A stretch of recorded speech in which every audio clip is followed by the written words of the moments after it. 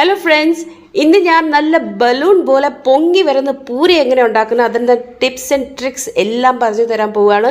ഇങ്ങനത്തെ പൂരി ഉണ്ടാക്കിയാൽ നല്ല ടേസ്റ്റി ആയിരിക്കും, ഒട്ടും എണ്ണ കുടിക്കില്ല, നല്ല ലൈറ്റ് വെയിറ്റ് ഉള്ള നല്ല സൂപ്പർ പൂരി ഉണ്ടാക്കിയെടുക്കുക. അതിനു വേണ്ടി ആദ്യം നമ്മളൊരു 3 കപ്പ് ആട്ട എടുത്തിട്ടുണ്ട്. അതിൽ പാകത്തിൽ എത്ര ഉപ്പ് വേണം അത്ര ഉപ്പ് നമ്മൾ ചേർക്കാം. ഇതിലാദ്യം നമ്മൾ 1 ടേബിൾ സ്പൂൺ എണ്ണ ഒഴിക്കുക. ഈ എണ്ണ ഒഴിച്ച് കഴിഞ്ഞ് ഈ ആട്ടയിൽ നല്ലപോലെ മിക്സ് ആക്കണം. മൊത്തം ആട്ടയിൽ ഈ എണ്ണ നല്ലപോലെ മിക്സായി വരണം.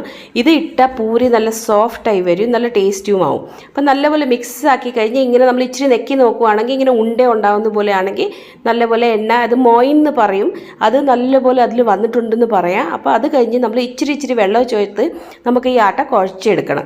ആട്ട എന്ന് പറഞ്ഞാൽ നല്ല ടൈറ്റായിട്ടാണ് നമുക്ക് കുഴക്കണം. അപ്പം അത് പതിയെ വെള്ളം ഒഴിക്കാറുള്ളൂ. ഞാനിപ്പം 3 കപ്പ് ആട്ട എടുത്തിട്ടുണ്ട്. അതുകൊണ്ട് 1.5 കപ്പ്, ഏകദേശം ഒരു 1.5 കപ്പ് വെള്ളമാണ് ഇതിൽ ഉപയോഗിക്കാൻ പോകുന്നത്. പതിയെ ചെയ്താൽ മതി. ഇത് ലൂസ് ഇല്ല, ഭയങ്കര ടൈറ്റാണെന്ന് പറഞ്ഞിട്ട് ഒത്തിരി വെള്ളം ഇടരുത്. നമുക്ക് ഇച്ചിരി ടൈറ്റുള്ള ആട്ട തന്നെ വേണം. കാരണം നമ്മളിപ്പോൾ ചപ്പാത്തിക്ക് ഉണ്ടാക്കുന്ന ഇച്ചിരി സോഫ്റ്റ് ആയിരിക്കും, പക്ഷെ പൂരിക്ക് നമ്മൾ നല്ല ടൈറ്റ് ഉണ്ടാക്കിയാലേ ഞാൻ പറഞ്ഞില്ലേ, ഈ എണ്ണ കുടിക്കാതെ ഇരിക്കണമെങ്കിൽ നല്ല ടൈറ്റുള്ള ആട്ടയാണെങ്കിൽ പൂരിയും നല്ല വരും, പിന്നെ ഇത് എണ്ണ ഒട്ടും കുടിക്കില്ല. അപ്പം നല്ലപോലെ ഇത് നീറ്റ് ചെയ്ത് എടുക്കണം, നല്ലപോലെ കുഴയ്ക്കണം. 2-3 പ്രാവശ്യം നല്ലപോലെ കുഴച്ച് വരും. അപ്പോൾ ഇത് പതിയെ അത് സോഫ്റ്റ് ആയിക്കോളും. സോഫ്റ്റ് ഇല്ലയെന്ന് പറഞ്ഞിട്ട് അതിൽ കൂടുതൽ വെള്ളം ചേർക്കരുത്. 4-5 പ്രാവശ്യം അത് നല്ലപോലെ കുഴച്ചെടുക്കണം. ഇത് നമ്മൾ കുറച്ച് നേരം വെക്കും, അപ്പോൾ അത് എന്തായാലും ഇച്ചിരി സോഫ്റ്റ് ആവും. അപ്പോൾ അതുകൊണ്ടാണ് വെള്ളം നമുക്ക് തീരെ പതിയെ ഒരു അളവിന് ഞാൻ പറഞ്ഞ പോലെ 1.5 കപ്പ് വെള്ളം മാത്രമേ എടുക്കാവുള്ളൂ. ഇപ്പോൾ നമുക്ക് ആട്ട ഇച്ചിരി ഓൾമോസ്റ്റ് റെഡി ആയിട്ടുണ്ട്. ഇത് വെച്ച് വരും, അപ്പോൾ ഇച്ചിരി കൂടി സോഫ്റ്റ് ആവും. ഇപ്പോൾ ഇത് നമ്മൾ ആട്ടക്കട്ട ഇച്ചിരി ക്രാക്സ് ഒക്കെ കാണുന്നുണ്ട് അല്ലേ. അപ്പോൾ ഇത് നമ്മൾ ഈ കുറച്ച് വെള്ളം ഒഴിച്ച് കാണാനാണെങ്കിൽ ഇങ്ങനെ ക്രാക്സ് കാണുന്നു. പക്ഷേ ഒരു 10-15 മിനിറ്റ്സ് കഴിഞ്ഞ് നമ്മൾ ഇത് തിരിച്ചെടുക്കും, അപ്പോൾ അത് കുഴപ്പമില്ലാതെ നല്ലപോലെ വരും. അപ്പോൾ ഇത് മൂടി വെച്ചേക്കാം. ഒരു 10 to 15 മിനിറ്റ്സ് നമ്മൾ മൂടി വെക്കുക.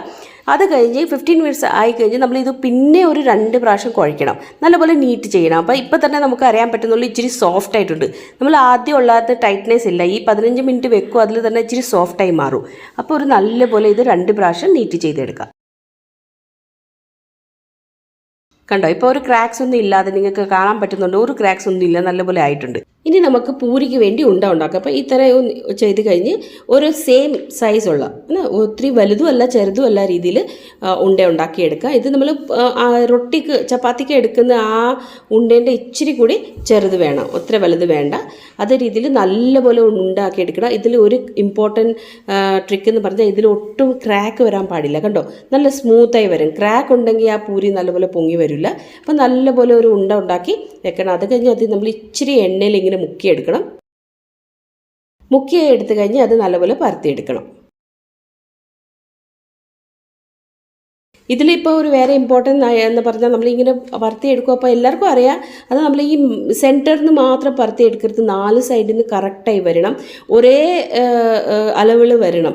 അപ്പോൾ ഒരു സൈഡ് കുറച്ച് കൂടുതൽ വണ്ണം ഉണ്ട്, ഒരു സൈഡ് തിന്നായിപ്പോയി, ആ തരം വരരുത്, എല്ലാം ഒരുപോലെ തന്നെ വരണം. അപ്പോൾ ഇത് നമ്മൾ പൂരി റെഡി ആയിട്ടുണ്ട്.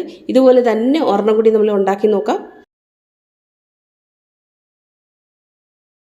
വേണമെങ്കിൽ നമ്മൾ ഒരു 4-5 പൂരി എല്ലാം ഉണ്ടാക്കി വെച്ച് കഴിഞ്ഞ് ഇത് ചെയ്യാം. ഇപ്പോൾ എണ്ണ നല്ലപോലെ ചൂടെണ്ണ എടുക്കണം. അടുത്ത സ്റ്റെപ്പാണ്.